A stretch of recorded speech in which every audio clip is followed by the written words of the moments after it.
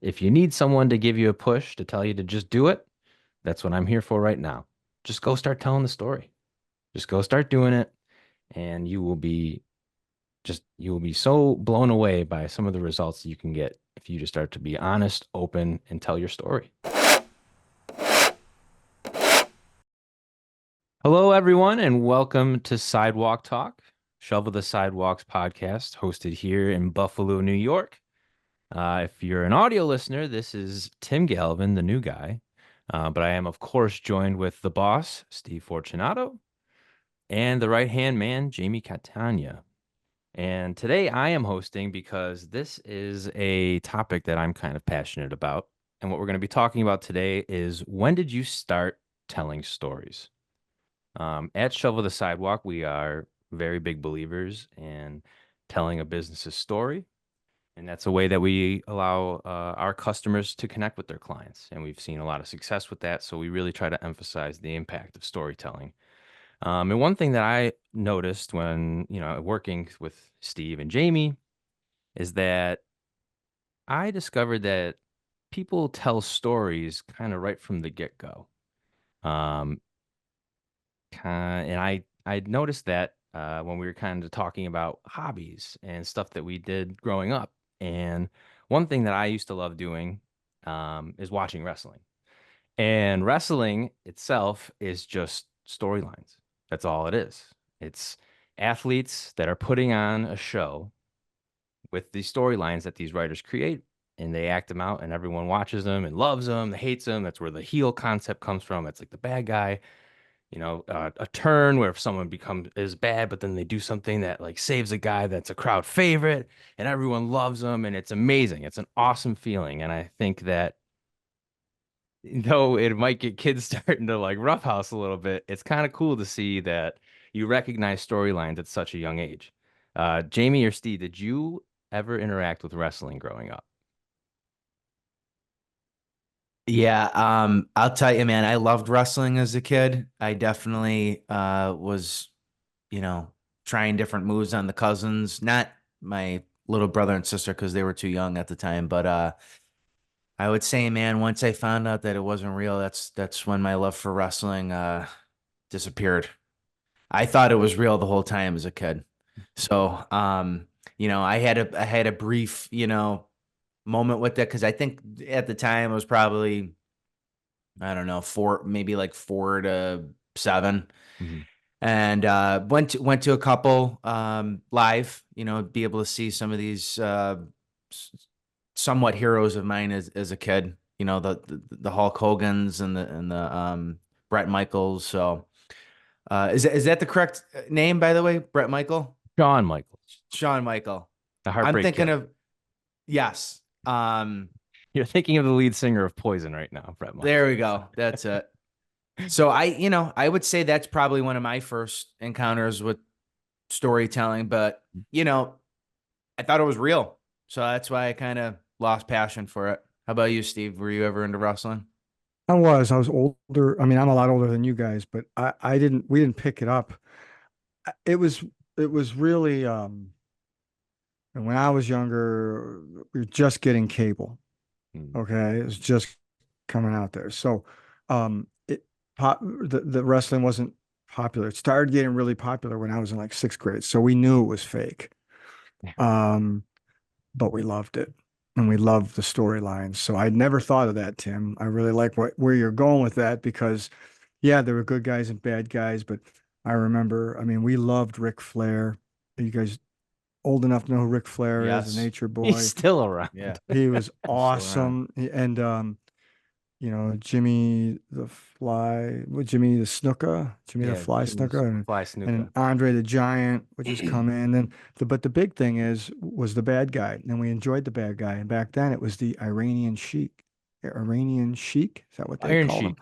The Iron Sheik, yeah, he's Yeah. from Iran, and Yeah. we had that whole thing go down with Jimmy Carter again, way before you guys were born. So it was a big USA thing, Mhm. and this guy was a really good bad guy. He really played the bad guy well, and yeah, the storylines were fantastic. In fact, when I went to college, he was a couple years older than me. He ended up being a professional wrestler, and I'm trying to remember his wrestling name. He was a good guy and a bad guy, but he won the belt. Oh wow. Um, what was his name? I'll have to look it up. We'll have to Yeah. tell you guys off air. I mean, I know his real name. I'm not going to give it, but Yeah. his wrestling name. But I remember he was in his 20s, and at the time he wore the white shorts, so he was a good guy, and they pretended he Mhm. was 19 years old, Oh, okay. and he looked younger. And then he ended up being a bad guy later. And I don't know how his career finished. I obviously wasn't really following wrestling at that time. Mhm. But it was probably around the time you guys were young and into it, so you might know who he is. So I'll figure it out offline, or if you guys talk, I'll go online and figure out who he is and let you guys know. But yes, I love it. That it's a I don't that's not my first experience with storytelling, but it was Mhm. definitely as a young child part of storytelling, and we would have some wrestling matches in the basement, which absolutely were not safe because we were old enough to really get hurt. Yeah. But we knew that it was all fake, and we would do our own fake stories. Right. I want to be the good guy. I want to be the bad guy. And sometimes stuffed animals were involved, and they did Yeah. not fare very well. It was rough for the stuffed animals. Couple Yeah. pile drivers. Yeah, right. Just terrible Pile stuff to be drivers are trying out. so I dangerous. know. Yeah, man. Pile drivers are so dangerous. Yeah. So I bring up wrestling because it was kind of the first example of me telling stories as a kid. Um, I grew up during the Beanie Baby fad, and we had, unfortunately to my parents' demise, a ton of them. And paired up with wrestling, we and my older brothers kind of had a Beanie Baby wrestling league. And we would just create storylines.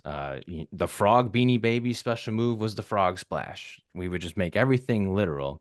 And also to that point, I also grew up during a time where you would take beads and string and you would weave them and you would make these bead lizards. Well, we took that skill and made heavyweight championship belt, the cruiserweight belt, tag team belts, and had these little bead belts that these Beanie Babies would be parading around our family room. And when we talked about telling stories and storytelling, I realized that kids are incredible at telling stories because they're constantly playing, they're constantly using their imagination, and it is a skill that you develop and can use all throughout life. Storytelling is not just for authors.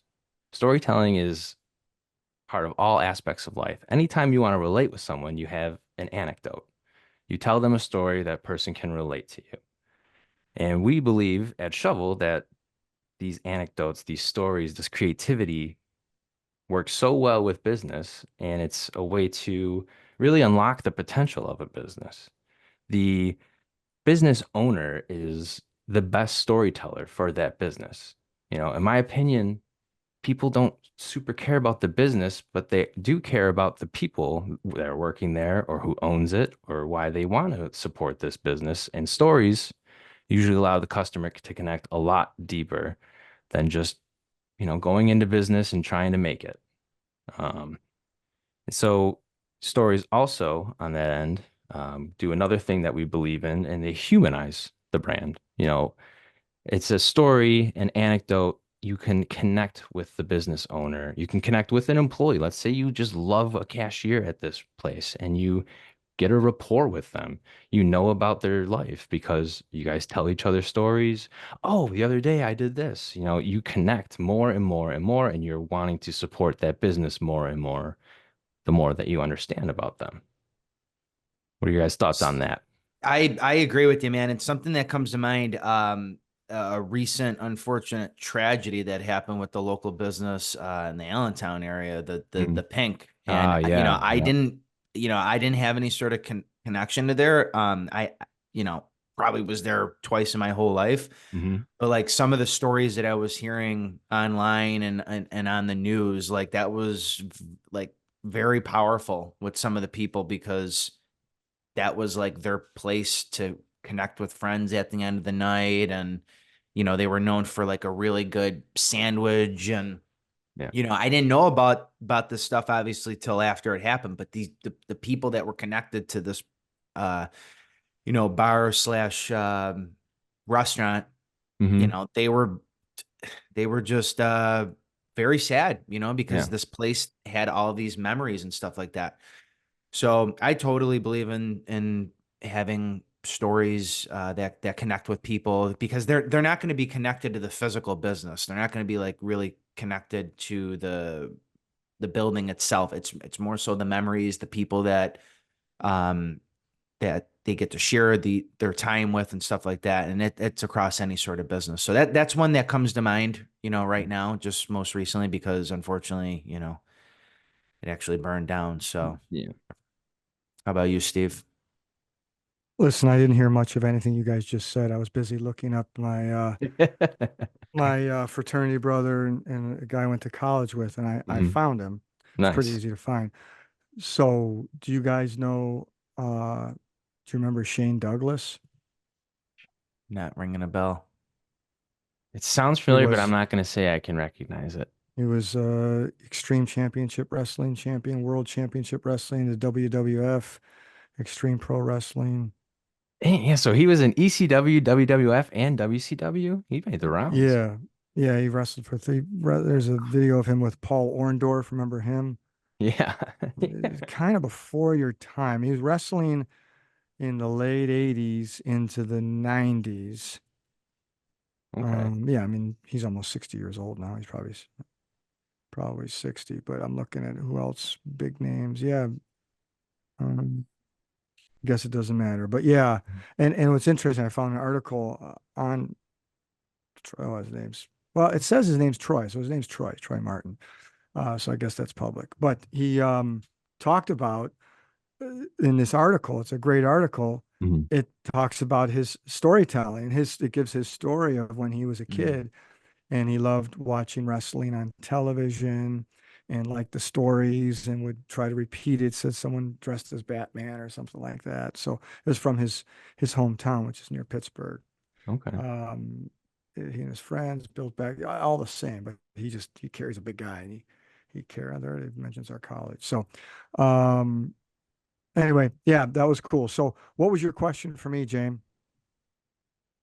You know, Tim was just kind of talking about the importance of storytelling for businesses, and I was actually just sharing one most recently about the stories of people and their experiences at the Pink, which had recently burned down. It Yeah, was burn down. Yeah, uh yeah. Byron Allen, and like you wouldn't know those stories, right? Like they're not really published, but because people have been there over the years and they have all these memories, you were finally kind of hearing about them when they were being interviewed by the news and, you know, Hmm. through social media. I thought it was very powerful because, you know, there's also stories that we'll never hear, right? With any business, Yeah. Yeah, I you mean, know, the individual stories. what Tim has me thinking about is when did I start telling stories? And I think the whole point of this, I assume, is, Mhm.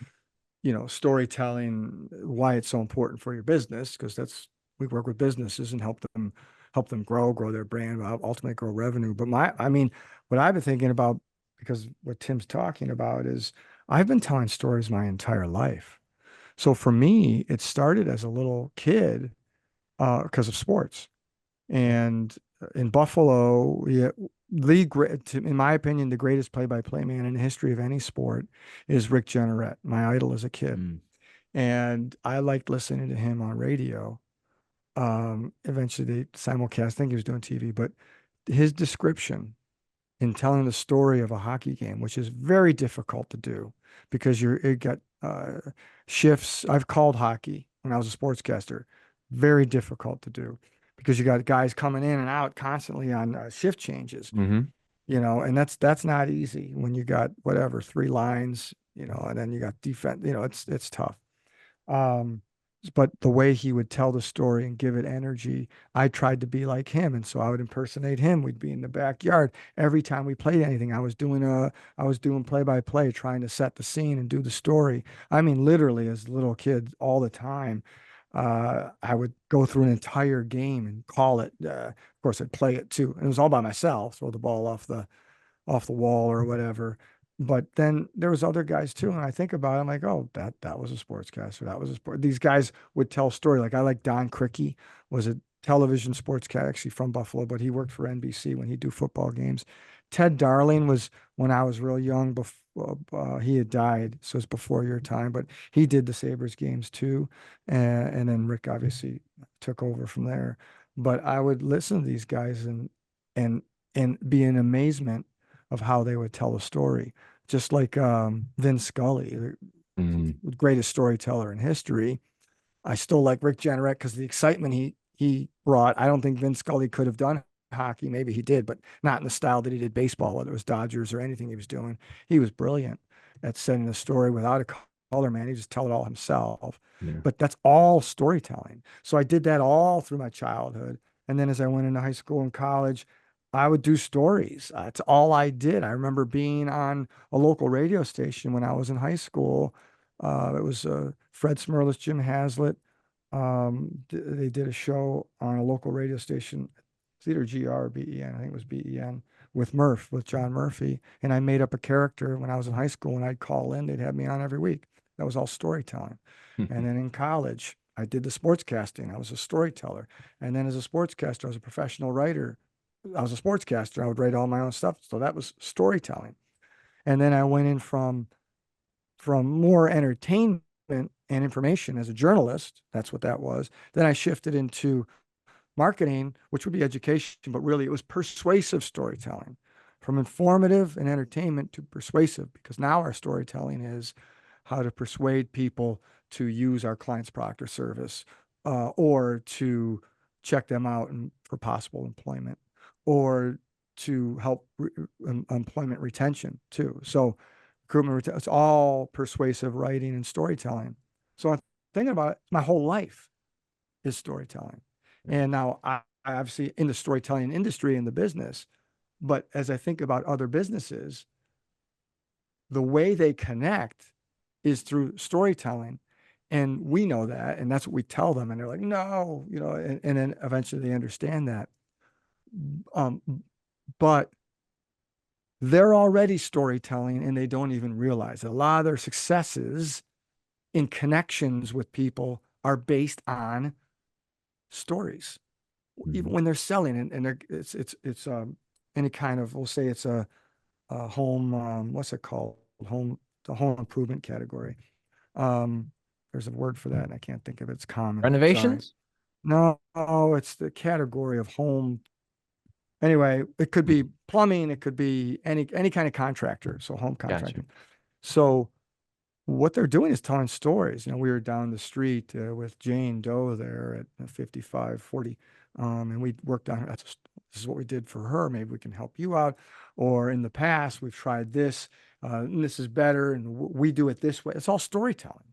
Mm-hmm. It's all telling stories. Now, we also want to be, and there's an emotion. We want to connect emotionally, but we teach them how to tell those stories. But sometimes their storytelling lands on just facts, which doesn't connect emotionally and stuff like that. But no matter what they're doing, they're telling stories to improve their brand and improve the connection. So, yeah, I've realized that my entire life I've been a storyteller just based on Tim bringing up the conversation. So Yeah. it's pretty cool.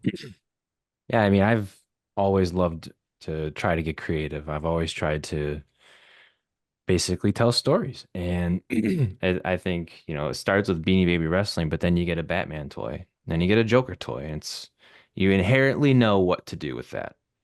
Like the brain just starts moving. And even without action figures or Beanie Babies, I have a little sister. And what did she play when she was growing up?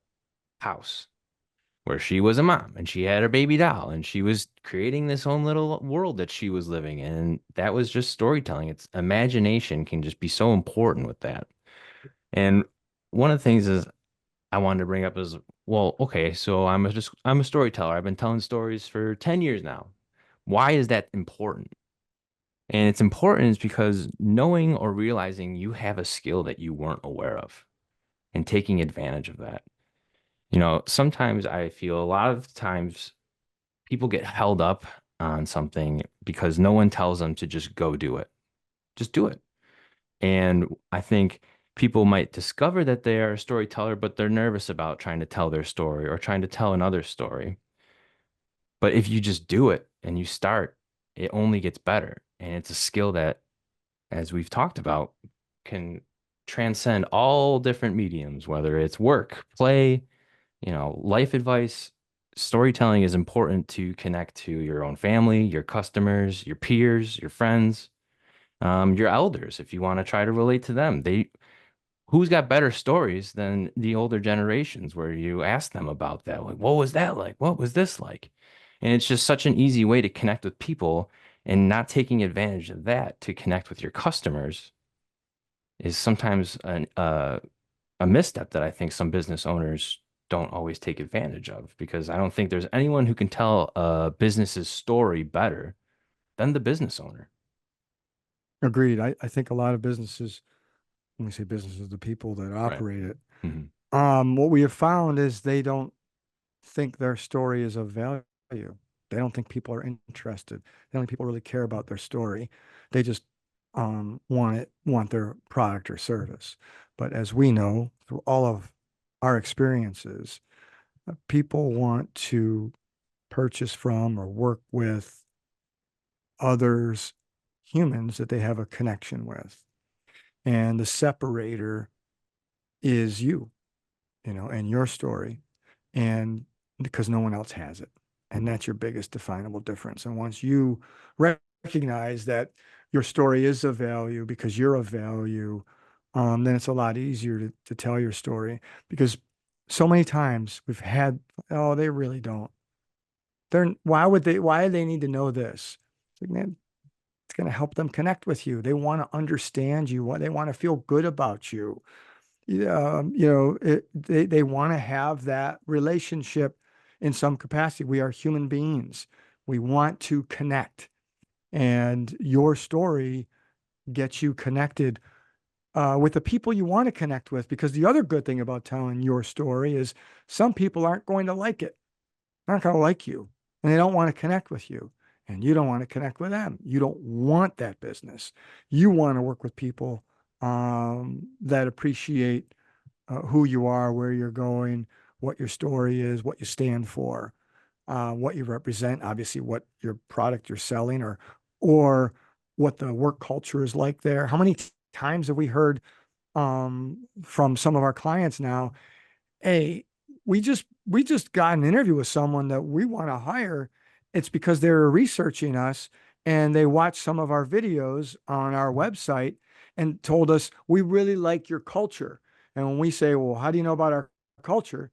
Because I watched the videos. Hmm. And what are the videos on the website? It's just stories. It's stories not written by us. Sure, we produce them. Yeah. This, I guess, in the end, we write them. How the but it's all up to whoever we're talking to, whether it's the business owner or people that work there on the team. That's who people want to hear from. So it's their opportunity to have a one-on-one conversation or ask them the questions that they would ask. These people just tell their story. Why are you working at ModPack? Why are you working at Copeland Technology Solutions?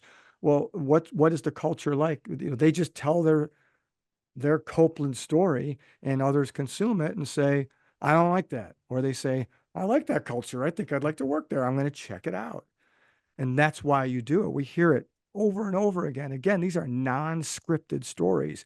And to Tim's point, it who better to tell it than you?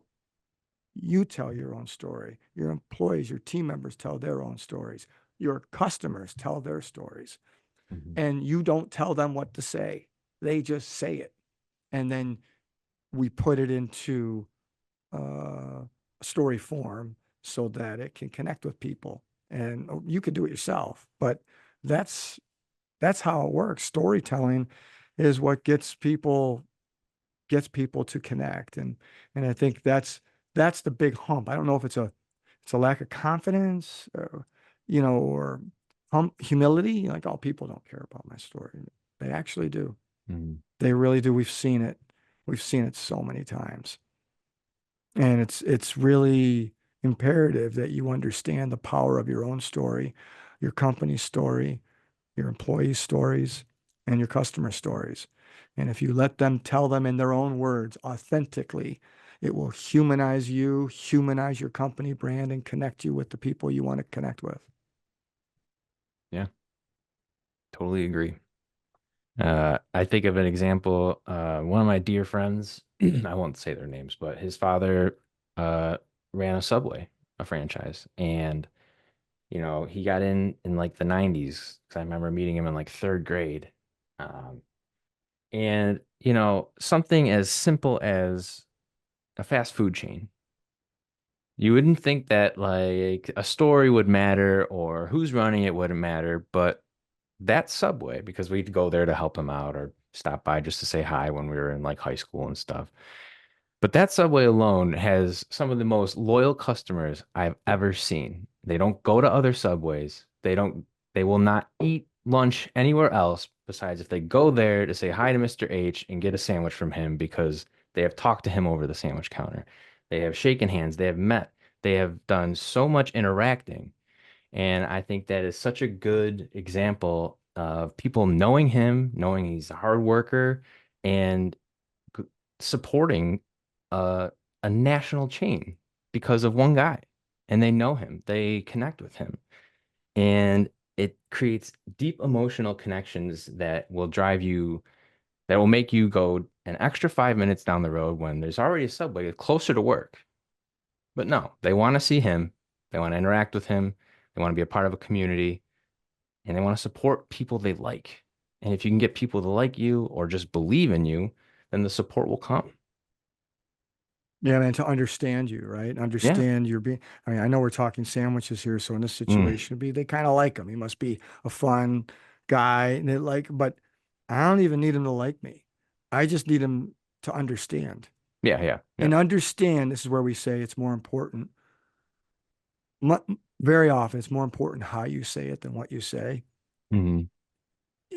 They understand that I have passion for whatever it is I'm doing. Who were we just talking to just last week?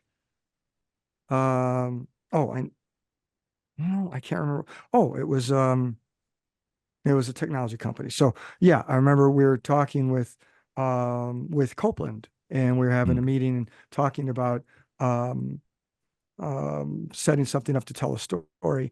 And I think it was Sarah had mentioned James. She said, well, I want to make sure that we don't use too much, like technology verbiage because people aren't going to understand it. I mean, they're selling technology to, CEOs or business decision makers, and without say, I can't think of another word, but dumb it down a little bit.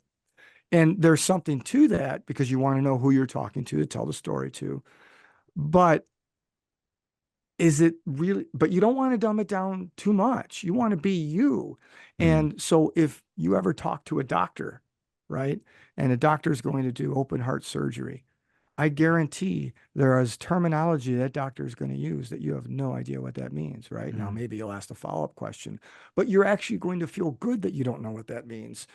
You're going to feel good because this guy's going to, or this lady, this person, this doctor, this surgeon, whatever it is going to have passion and conviction behind what they're talking about.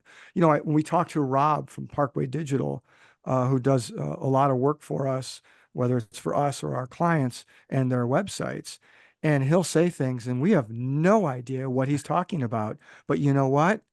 We know that he knows what he's talking about, and we trust him to execute the job properly. I don't need to understand everything. I just need to know that you care about what you're doing. You have passion for what you're doing. I need to believe in you that if there is an error, it's going to be the end of your day. It's going to drive you nuts and you need to fix it. I don't need to understand all the lingo. I just need to understand you and what your convictions are and what your passions are, and have trust and faith in you that you're going to get the job done way better than anybody else. And the fact that you care and you Hmm. communicate well, and that I know that if there's an issue, you're going to fix it in a second and you're all over it. That you're the person, and you're the business, you're the brand that I want to associate with and the one that I trust. And you do that by just being you and being the real you. And if that means words that I don't completely comprehend, who cares? I know that I trust you. Hmm. You're not corporate, you're not cold, you're not figuring things out, you're not calculated. You're just being yourself.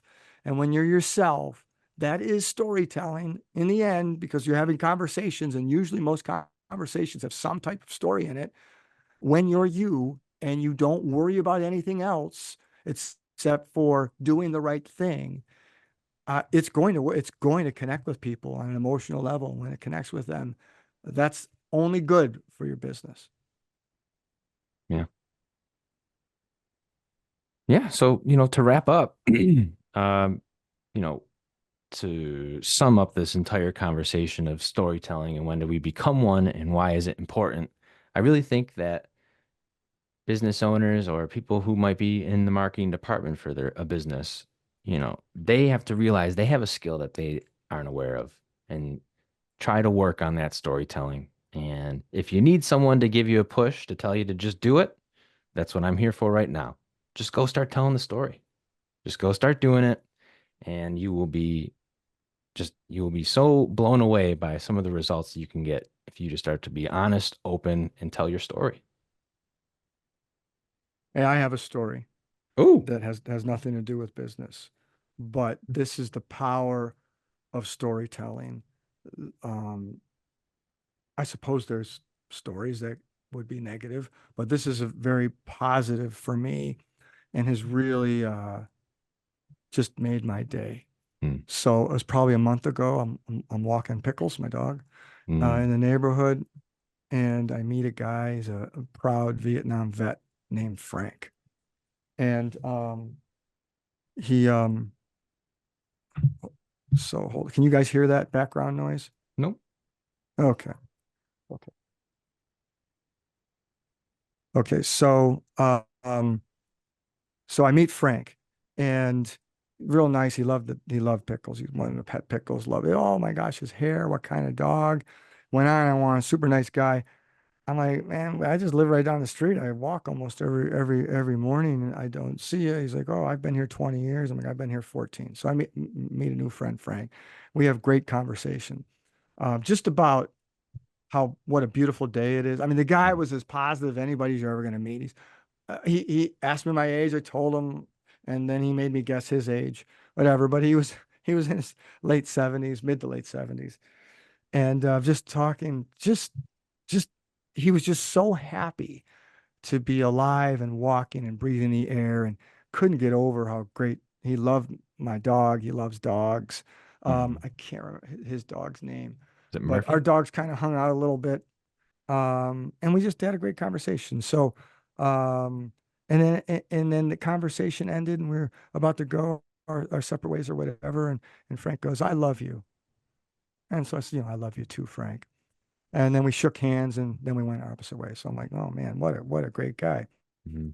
So I'm walking another week. I don't see Frank. It's a couple weeks later, and he's heading right towards me with his dog, and we're walking towards him, and I'm so happy, and I'm like, Frank, what's going on, Frank? How you doing? And Pickles is excited, and I could see in his face he had no idea who I was, right? No clue, and I'd been looking forward to seeing him again. So I'm like, oh, a little bit bummed. But it was like, oh, do I know you? I said, yeah, we met a couple weeks ago. He's like, oh, that's great. I love your dog. Your dog's hair it's such good hair. We went, so we're kind of having the same thing. And then he said, I like your shirt. Where'd you get your shirt? And then he liked our poo bags, and he liked, he asked me if I liked his shirt. It was just, he was so happy Yeah. talking because it was another beautiful day. Just talked a little bit, same idea, same concept of conversation, um, but really nothing new. I mean, just a great conversation. We went on for a good 10 minutes, and then his dog had to get going and go to the bathroom. And I realized that I had met Frank again, and probably the next time I see him, I'll meet him again. But this time it was time to go. I went to shake his hand, and he just gave me probably a 30-second hug, wouldn't let go. Just gave me a huge hug and made my day again. He's 2 for 2. I'm like, this guy is amazing. He is so happy and so nice. And so this was the second time, even though it was his first time meeting me for the second time. Um, but the guy, he just made me feel great again, this time with the big hug. And it changes my perspective. Now I can't wait to see him. The other day, he had like a roto rooter at his house. I was worried. I hope Frank's okay. I haven't seen him in a while. I can't wait to see him again, even though I know it may be meeting him again for the first time. Mhm. But he is a kind soul, and he gives you faith in the world. I mean, we didn't talk about politics. We didn't talk about anything. We just talked about how great it is to be alive. And that is powerful. And I Yeah. hope it makes people feel good, because the guy makes me feel good. And I wish everybody could experience someone like Frank. That's good And that's stuff. my story. Thanks for sharing that. That Yeah. got me pumped up. Yeah, he gets you pumped up. Yeah. He's like, yeah, this guy, you got to go. You got to go do things, you know, Sure. Sure. and you got to appreciate people for who they are. I mean, we live in, I think people have been saying this probably for thousands of years. We live in crazy times, right? It's always a Yeah. crazy time. Yeah. That's crazy. But Yeah. it becomes crazy because we became adults and we recognize, Right. we're not living in fantasy land. This is real world. But he just brings you down to, you don't have a real long time to live. Mm, Life is not that long, right. and you should appreciate any day you have, any second you have, any sound of birds in the morning or whatever, and any people that you can come across. Just appreciate it, and that's Yes. what that's what he brought to me just by conversation. That's good stuff. Salute to Frank. Yeah, here's Frank. to Frank. Yeah, there you go, Frank. All right. I want to thank everyone who has stuck with us for listening. And stay tuned for the next episode where Jamie will do a 45-minute monologue on AI. I'm kidding, but maybe. All right, everyone. Thank you so much. I look forward to speaking to you again.